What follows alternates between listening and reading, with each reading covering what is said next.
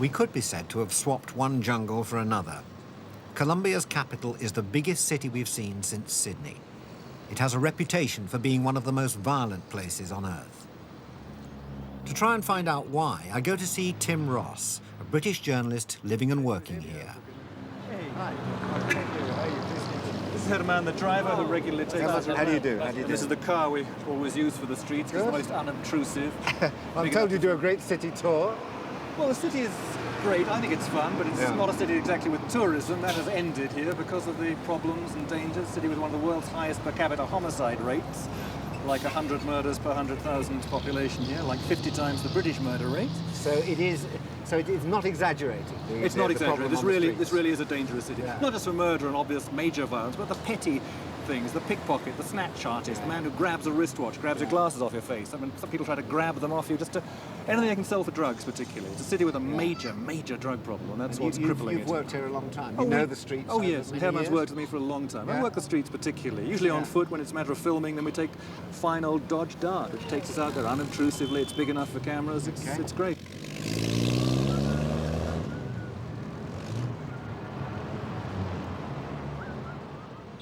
The troubled streets to which Tim takes us are only 6 blocks from the presidential palace in the heart of downtown Bogota.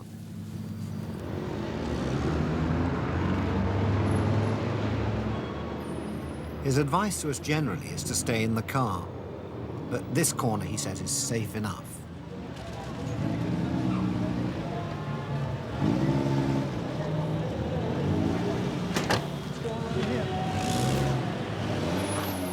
Tim is well known around here. He's reported on these streets for 20 years. The death squads work this area consistently. They come around at night killing people. Now, this next street ahead here, they've actually put posters up. But who are the death squads? Who do they compose, and what justice are they dealing out? I mean, justice, bullets in the head.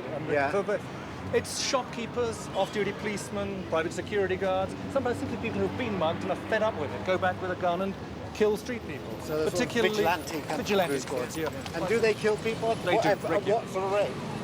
Sometimes 3, 4, 5, 6 cases a week. 2, 3 people a night killed. Armed police patrol neighbourhoods reduced by the drug trade to war zones. Tim knows many of the casualties. Puñalada. There's a knife stab.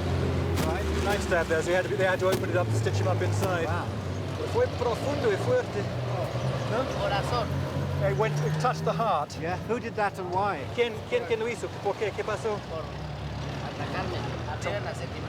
Up on 7th Main Street, just to rob him. And he's a street person, a drug abuser. I mean, mire ese boleto. Those are the stains of drug use, marijuana and bazuco, that bright orange. You're lucky to survive that. Tiene mucha suerte sobrevivir, ¿no? ¿De cuántas veces han dado chuzo? Look at the scars. And that's typical of the transvestite male prostitutes, the self-mutilation. See, he has AIDS. He has AIDS. He has to go back to the foundation which deals with AIDS patients here. Accept that? Will he do? Yes. He wants to persuade his friend. The trouble is to persuade the friend to come in with him. So he doesn't want to leave him. Listo, pues. Okay, cuídate mucho. We've got a small bill we could... I've only got a small bill, that's all I have. Okay. Para almuerzo. Okay. Listo, chinazo. Vete a la fundación. Vení. Okay. Nos vemos ahí. ¿Listo? Listo, pues. Allá nos vemos. Bye, bye. Bye. La gente buena de Colombia.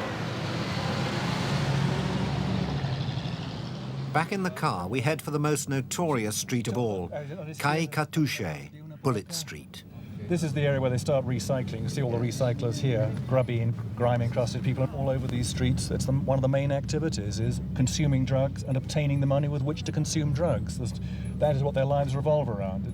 It's the syndrome of getting high, coming down, finding a way to get high all over again. Around the clock, they sleep for only the time necessary to recover enough to get on with another day of obtaining scrap and garbage, selling it, getting their drugs. So, I mean, the sort of people we're seeing around See over now, there, this guy smoking there, right there in the cap. Yeah. And the people sitting next to him, they're all bazuco addicts. Siga. Left-hand side here is stronger, but we can't really... You'll see that if you can shoot across Herman's shoulder, you'll see these people there. Siga, no pares, hermano, no pares. Sigue suave, suave. Yeah. Cuidado allá si los mete que lo ves bien mal y sabe que Sí, hombre, gracias. Tranquilo, gracias. Okay. Man on the left just warning us, be careful around there, they'll rob you blind, they'll rob you of everything. If they see someone like this going through, they see it as a target, something to rob or a possibility of making a bit Yes, of they were money already from? yelling insults at us, those sort of stuff. Now they're throwing rocks. Oops.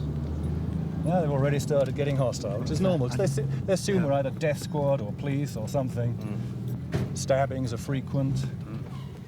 They use broken bottles on each other's faces. A squabble can start for nothing. A squabble over 50 cents worth of marijuana. Why is it so particularly bad in Colombia? It's a producing country. They produce drugs here. Wherever you get drug production, you get drug consumption. Now, the United States is always blamed, the United States and Europe are blamed for the drug trafficking problem because of the demand there. What the Colombian government ignores generally or tries to downplay is the desperate level of substance abuse, drugs and alcohol. We've got 1 million alcoholics in a country of 36 million population.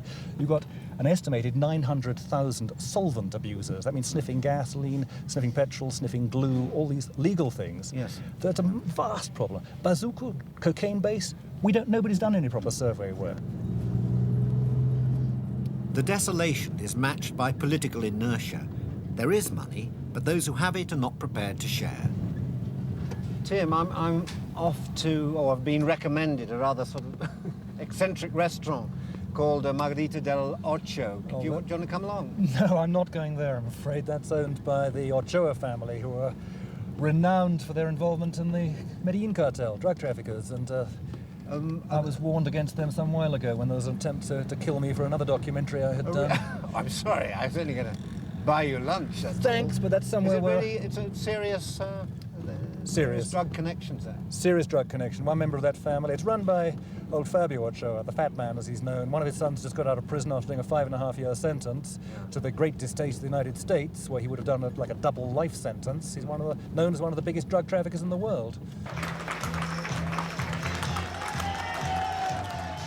The sign says restaurant, but once inside, Don Fabio's priorities are clearly elsewhere. It's easier to get a horse than a waiter. The Spanish legacy seems to have created an obsession with horses. There are 700 on the premises. Children learn to ride before they can walk. Don Fabio's daughter sets an example. Then comes the moment I'm not sure I've been waiting for. Gracias. Don Fabio has granted us a rare interview. I keep the questions friendly, partly for my own safety, and partly because I'm overawed. As would anyone be interviewing Marlon Brando for the first time. Simboliza una tradición de 100 años de la familia Ochoa. The place, he says, symbolizes a tradition, 100 years of tradition for the Ochoa family. From it have come some of the finest horses in the world. ¿Es posible una demostración? I ask him if a demonstration of horsemanship is on the cards. He seems delighted to be asked, though it throws his bodyguards into something of a spin. They appear from all sides and rush to help him up, at least 2 to each limb.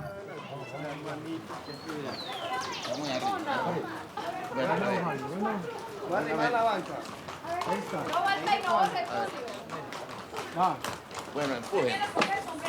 Van a pasar al otro lado. Bueno, quiten esa banqueta allá. The raising of Don Fabio is not an elegant sight, but once he's in the saddle, he's a changed man. Bueno.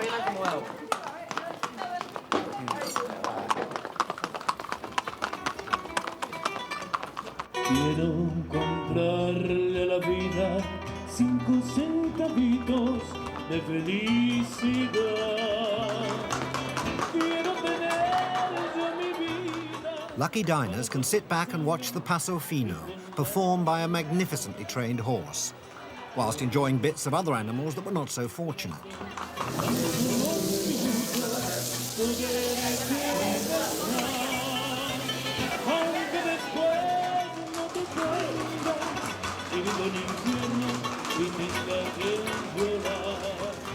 This is a family business run by the family.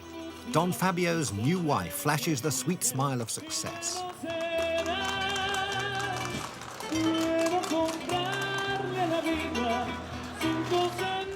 They're opening similar establishments up and down the country.